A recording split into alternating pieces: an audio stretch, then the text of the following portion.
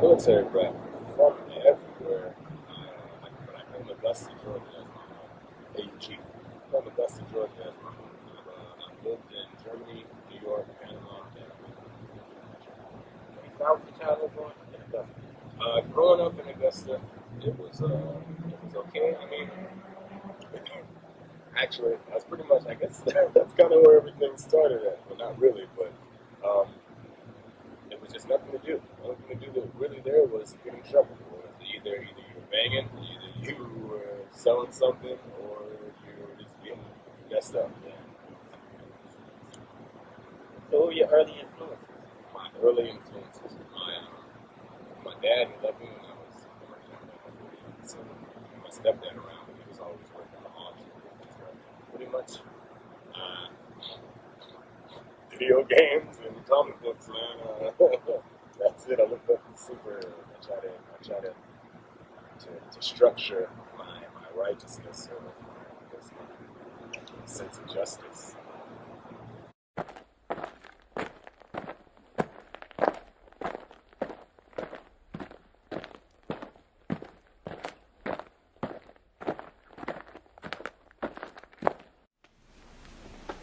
What led you on a path to destruction? What really led me, I guess, when I was younger, I didn't care about anything. I didn't care about myself. I didn't care about hurting anybody else. I didn't care pretty much, like I said, about anything. I was so fixated on trying to be the cool guy, trying to be Mr. Spontaneous, trying to be the ladies' man, trying to be, all that. So I really, I got caught up in living that lifestyle, living that party boy lifestyle. I was going out almost every night, blowing money like it wasn't nothing. Every night I was out somewhere downtown. I got known very well, very quickly. Um, and just women running in and out of my house. It was bad. Drugs everywhere. It was an adventure, to say the least. But yeah, that's pretty much what builds it all up. After a while, you do so much. Whatever you do, it builds into you. It gathers, and I believe that's what happened. Everything was just stored up until it had to come out. But it felt like you had fun. But Freedom. I mean, at first, yeah, it felt like, yeah, of course it did.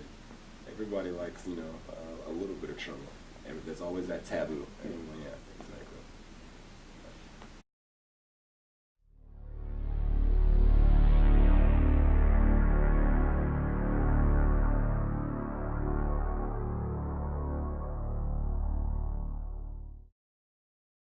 So tell us about your lowest point.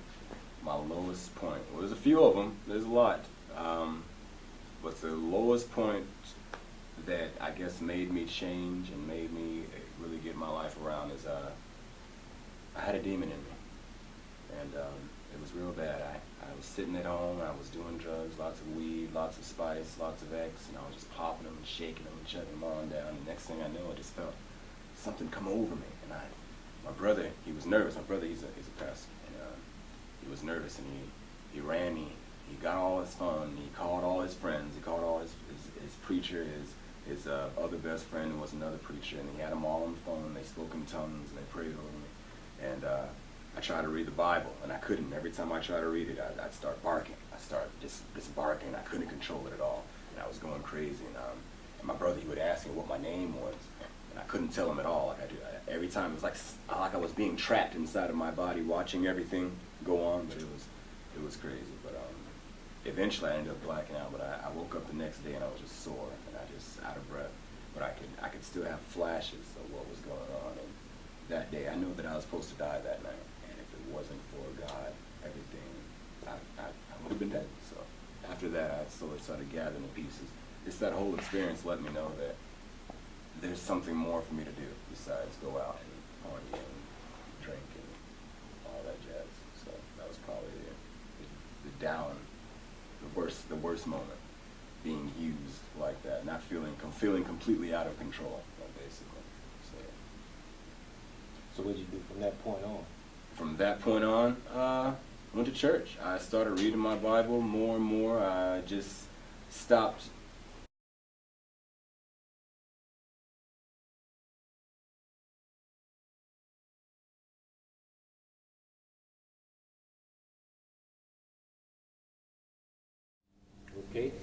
fought all your demons off, come into the light, turned your life around for the positive. What are you doing now? Well, right now, during the whole, I guess, ordeal, I grew up wanting to be an actor. So right now, I'm currently going to Armstrong for my bachelor's for set design and theater. But throughout that whole experience, when God, I guess, took me out of that place, He also told me that He wants to use my voice to help change some things, to help inspire people. So really, I'm singing now. Singing is my passion. I'm deeply involved in the church. I sing in the choir.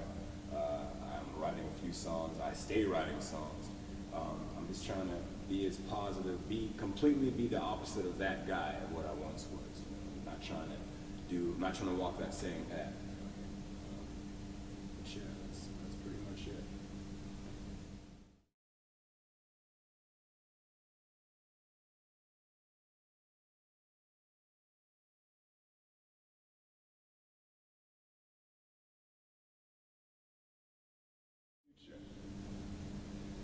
And what'll I do without your smart mouth?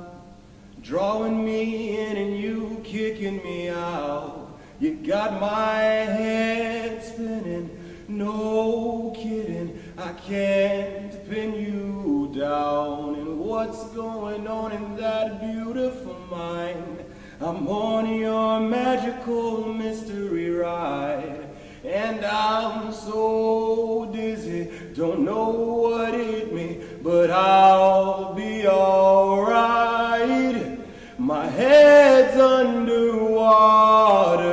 but I'm breathing fine.